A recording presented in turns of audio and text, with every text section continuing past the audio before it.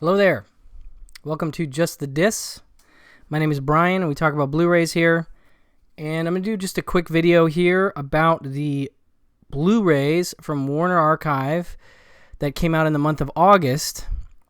And it's an exciting time. I'll just preface by saying that Warner Archive is cranking out some cool stuff. You know, they have announced, well, I'm going to talk about the ones that they brought out in August, which I like, but they have also announced more exciting stuff for September, including Straight Time, which is one of my favorite, crime movies. Dustin Hoffman, based on the novel No Be So Fierce by Eddie Bunker, and just a fantastic, guy gets out of jail and tries to go straight but can't.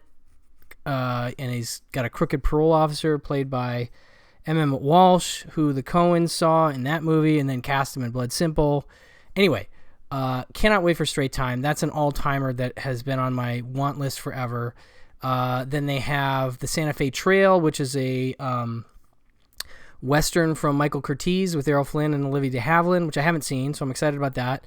The Window, which is a cool, kind of like Rear Window-y kind of thing. It's the movie that was sort of Cloak and Dagger was sort of based on, I think, or it's something very similar where a kid sees a murder and he can't convince everybody that he's seen it, and that's really cool.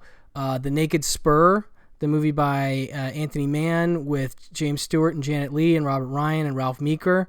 That's a great, part of the Anthony Mann cycle of Westerns with Jimmy Stewart that are, they're just really dark and it's a different kind of Jimmy Stewart. He's a very dark dude, especially in Naked Spur. And then lastly, but not least for sure, Night at the Opera is getting a Blu-ray, the, latter era Marx Brothers movie. I call it latter era because it's after the Paramount stuff. But obviously a classic of theirs and one that I can't wait to get on Blu-ray. So that's all coming in September. I can't wait for that.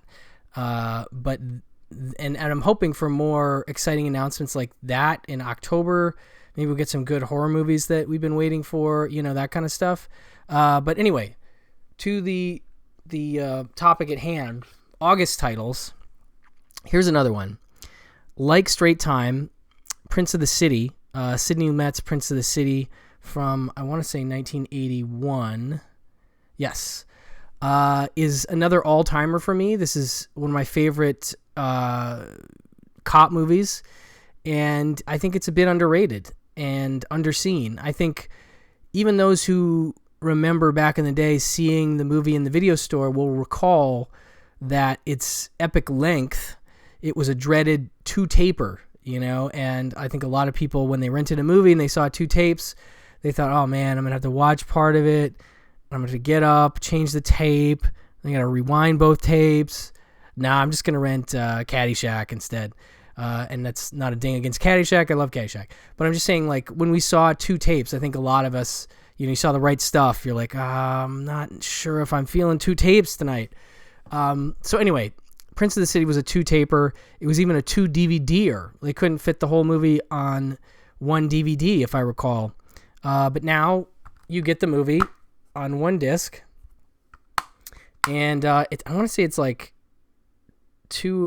it's almost 3 hours long, 167 minutes, so just shy of 3 hours.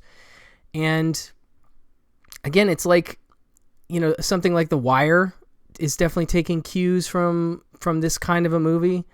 It's clearly, one that I think could be seen as an influence on modern day cop television shows. It's basically about a special unit, special investigative unit, SIU in New York, where a bunch of cops sort of were given free rein to do what they had to do to take down drug folks.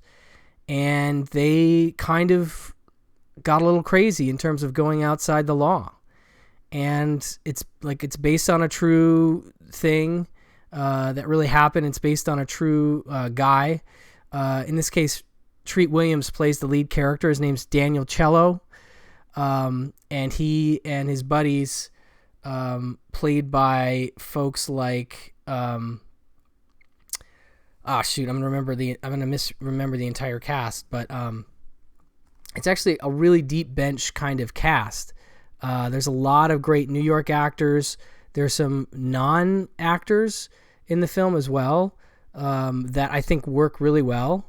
And it's just a great film from a great director. I love Sidney Lumet's work, and I think this one definitely gets overlooked. But as for some of the SIU unit, folks like Jerry Orbach, obviously he would go on to some TV, cop fame. I'm trying to think who else of the team. Maybe not as many other folks in the team that you'd recognize. I think there might be some non-actors there, but Bob Balaban is in this as sort of like a special investigator for the U.S. government. James Tolkan is the assistant U.S. Attorney General. Lindsay Krause plays Treat Williams' wife. There's just a lot of faces that you would recognize in the film, and so anyway, it's just really solid. Like, these are cops who would do things like, supply their informants with heroin. And there's actually a really sort of harrowing scene where Daniel Cello gets a call from one of his snitches in the middle of the night. It's like 3:00 in the morning, and the snitch is flipping out because he needs a fix. And so Cello goes to the city and ends up like beating up another junkie to steal the junk from him to give to his informant. But then he realizes how horrible that is, and he has to take that junkie home, and that junkie's having so it's just this horrible, like, he goes to the police station to get drugs from another cop. It's this whole thing, and it just shows sort of how far out they would go to do what they needed to do. And the idea is that, a cop is turning nobody safe. Basically, there's a special prosecutor that sort of catches Daniel Cello's eye and tells him, that he's interested in investigating SIU. And at first, Daniel Cello's like, no way, forget it. I'm never going to talk to you. And slowly he starts to, I guess, have sort of a moment of clarity or something where he realizes he has a lot of guilt about what he's been doing and the kind of cop he wanted to be versus the kind of cop he became. And so he decides to start talking to the prosecutor and start wearing a wire to help bring down, again, drug people, but more like, crooked lawyers and crooked bail bondsmen. And then, will he turn on his partners? That's the big question. And it's just an epic movie. It feels like a TV show when you watch it. And Treat Williams is great. I think it's a big role for him, and he has to go really big in parts because he gets very emotional about what he's doing, and it's really high stress. And anyway, I really dig this movie a lot and was very excited to get the Blu-ray. It also comes with Prince of the City, The Real Story, which is ported over from the DVD, and it's a featurette about 30 minutes, just under, where they talk to Treat Williams, they talk to Sidney Lumet, they talk to the screenwriters, and I think one of the producers. They really go all around the production and talk to a bunch of different folks about this film. They talk to the real cop that it's based on, and Bob Balaban is in there. But it's a really great short documentary about the film and, again, the real guys that it was based on. And anyway, high recommend. This is definitely one of my favorite Blu-ray releases of 2021, and just an underrated, cop epic that I can't recommend enough. So we'll go there, and then we're going to shift gears, and we're going to talk about Savage Steve Holland, the great director of the classic Better Off Dead, which, if you want to call his films the Savage Steve Holland trilogy, which I think I've talked about on the channel before, you can, and it goes Better Off Dead, One Crazy Summer, and then slightly less connected, but still definitely part of the Savage Steve world is How I Got Into College, which doesn't have a Blu-ray release. But Better Off Dead and One Crazy Summer, I think, are really inextricably linked because of the John Cusack presence and because you have Curtis Armstrong in both films. And I love Better Off Dead. And I think One Crazy Summer is really an interesting one because I feel like it's lesser seen than Better Off Dead. It's like a lot of people never found out that this got made. But, obviously a lot have seen it and are aware of it and are big fans. But so you also have like Bobcat Goldthwait in this and, a whole bunch of other folks, Demi Moore, of course. And it's really cute and delightful story of a couple high school graduates played by Cusack and Joel Murray who decide they're going to go to Nantucket for the summer. And so they go there and they meet this girl, Cassandra, played by Demi Moore. And she's got a problem in that her grandfather owns this sort of rickety house that is, the last thing that this rich developer family, there's some really jerky rich people in this. One of them played by Niedermeyer from Animal House, which I think is really cool. But so they go there, they see that this girl's in trouble. She needs to pay the back mortgage on her grandfather's house, or these rich jerks will take away the land and develop it as condos or something. So they try to help her, and the richy jerk people are really tough to beat. There's a big boat race at the end. There's all kinds of funny bits in this. There's just great Savage Steve Holland touches. Of course, the movie starts basically with an animated sequence because Savage Steve was an animator and is, of course, responsible for all the animation that you see in Better Off Dead. And he worked on Eek the Cat, if you ever saw that show. He's a cartoon guy at heart, which I think is one of the sensibilities I kind of love about him. But so Hoops McCann, that's the John Cusack character. He is an artist and he wants to go to art school, and he draws these cartoons about this like rhino character that's constantly tortured by this group of cute and fuzzy bunnies that are always giving him bad advice and making fun of him, and he ends up shooting them in a really violent way at the beginning. And so there's these intermissions of animation. And I was showing this to my daughter, and I think the first one got hooked her. And then she was like, when's the next animated sequence? And I'm like, well, honey, you got to watch the whole movie. Don't you want to see the love story part? And she's like, nah. But anyway, eventually I got her to start watching the in-between bits, and I think she gets that it's a funny movie. I don't know if I've shown her Better Off Dead, but she doesn't seem to remember it. And that is a sin on my part. That is my bad, because it should be something that she loves. Anyway, eventually I'm going to get her around to loving both of these, but I just showed her this and she was digging it. So that's great. But anyway, there's lots of fun stuff in this. There's a guy waiting the whole summer by the radio to try and win $1 million. There's Joe Flaherty playing Curtis Armstrong's dad, and he's a little bit like his Freaks and Geeks dad character, except he's more of a military guy and a little bit more of a cartoon character, but he's very funny. There's just lots of super funny stuff in this. Super funny movie-related jokes.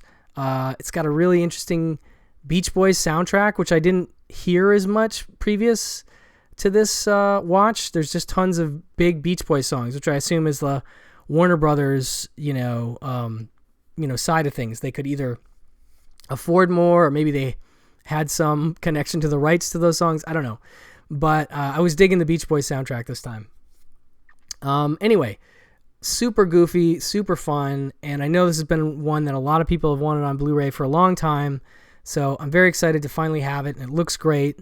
And it comes with a feature-length audio commentary by Curtis Armstrong, Bobcat Goldthwait, and Savage Steve, and it's a great track. I mean, I would just hang out with those three guys, that would just be the best hangout, so they're just funny to listen to. But then some stories will come up, and Savage Steve will talk about his grandma, because there's a great grandma character in this who invites the kids over to her house, and when they finish eating, she gives them a check, they have to pay.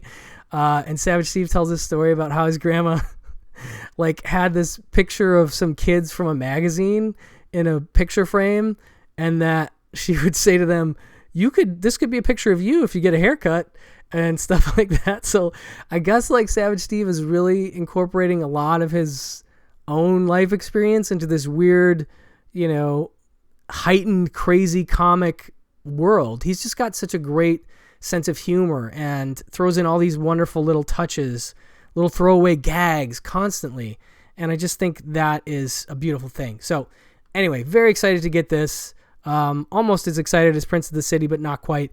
But still, what a great month to have those two. Okay, and then on top of that, we got some classic film stuff. We have Shadow of the Thin Man. This one is from 1941, and it is the fourth Thin Man movie. Warner's has put out the other three Thin Man films.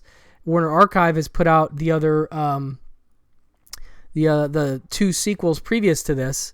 So soon I'm hoping another thing that they'll do is complete the Thin Man series. I think they've got 2 more movies to go. But this one, the back says, a jockey who threw a race is murdered in the locker room. They're strict at this track, Nora Charles exclaims. With that, she, Myrna Loy, and hubby Nick William Powell are off to the races on another case of murder, mirth, and perfect martinis.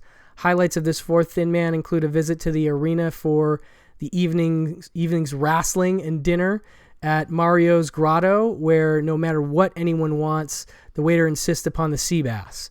As in all films in the series, the supporting cast is extraordinary, with Sam Levine, Barry Nelson, Donna Reed, Henry O'Neill, and Stella Adler among Shadow's heroes and possible villains. Red herrings abound, but we still recommend the sea bass. Barry Nelson, for those that don't know, is the guy in The Shining that Jack Torrance goes to meet for his interview or whatever. The guy who sits behind the desk and gives him the tour. When you see this guy younger, you'll be like, who is that guy? Because he's way younger than he was in 1980, but that is Barry Nelson. So it's kind of cool this movie has a kinship or a connection to The Shining. But this one's a lot of fun. If you like the Nick and Nora Charles movies, there's no reason not to dig this one. Their kid is getting older in this one. And you can see there, Nick is reading a story to his son at the park with Asta looking on. He's actually looking at the racing form, and he's making up a story about the horses on the racing form. His son is very cute, and he's very clever. And, it's another good, mystery, but it's more about the hanging out with the Nick and Nora and the drinking and Asta. I mean, it's just the things that you come to love when you see enough of these movies. And so I was just really excited to get this one. I love these films. I can put these on anytime, on a Sunday afternoon, whenever, and enjoy them and really have fun getting lost in the world of the Charleses. So hats off to Nick and Nora, but also to Warner Archive for continuing to bring out these. This has a vintage short, The Telltale Heart, classic cartoon, The Goose Goes South. So you get a couple Night at the Movies kind of features with it. And that is Shadow of the Thin Man. And then lastly, a musical, which they do a lot of at Warner Archive. And this is In the Good Old Summertime with Judy Garland and Van Johnson from 1949. I have to be honest, Van Johnson, not necessarily my dude. I don't know what it is about him. He just doesn't quite work for me. There's something a little bland about him. I don't know. I'm not trying to bag on Van Johnson. For Van Johnson fans out there, keep on loving the man. I get it. With Judy Garland, I'm willing to give it a shot. It says, in the good old summertime, a tale of squabbling music shop clerks who don't know their romantic pen pals, shares a celebrated movie lineage that includes James Stewart and Margaret Sullivan in The Shop Around the Corner, and Tom Hanks and Meg Ryan in You've Got Mail. In between those two, Judy Garland and Van Johnson had Mail plus good old tunes evoking the era of Straw Boaters and Silvery Moons. Sparked by Garland's comedic zest and music appeal, this confection is one of the sweetest, most unpretentious entertainments of 1949, says Charles Hirschman of the Hollywood Musical. It's also a nostalgic farewell and a sunny hello. Buster Keaton appears in his final film for the studio. He first joined in 1928, and Liza Minnelli, all of 18 months young, makes her debut in the finale. So I'll give it a shot. I'm a fan of, the shop around the quarter model, the You've Got Mail model. I'm into that idea, and so that sounds intriguing to me. But it's all about Judy Garland, really, if I'm being honest. This has an introduction by Garland biographer John Fricke and vintage Fitzpatrick travel talk shorts, Chicago the Beautiful and Nightlife in Chicago. Now, Warner Archive put out a series of the travel talk shorts on DVD, and I think there was at least 3 volumes of those, and those are all really neat. They were just travel logs. They were, all over the world in different cities and stuff, and they were like newsreels. They were like slightly more entertaining newsreel kind of things. So I'm glad that they included those here. But yeah, this will probably be the last one that I watch from this bunch. But again, a really solid month overall from Warner Archive. Just with these 2 alone, I'd say that's a winner month for me. Then we throw in this and a musical as well. I mean, come on. So, tip of the hat to Warner Archive, and very much looking forward to the September titles. And I'll be sure to be back to talk about those when and if I can get a hold of them.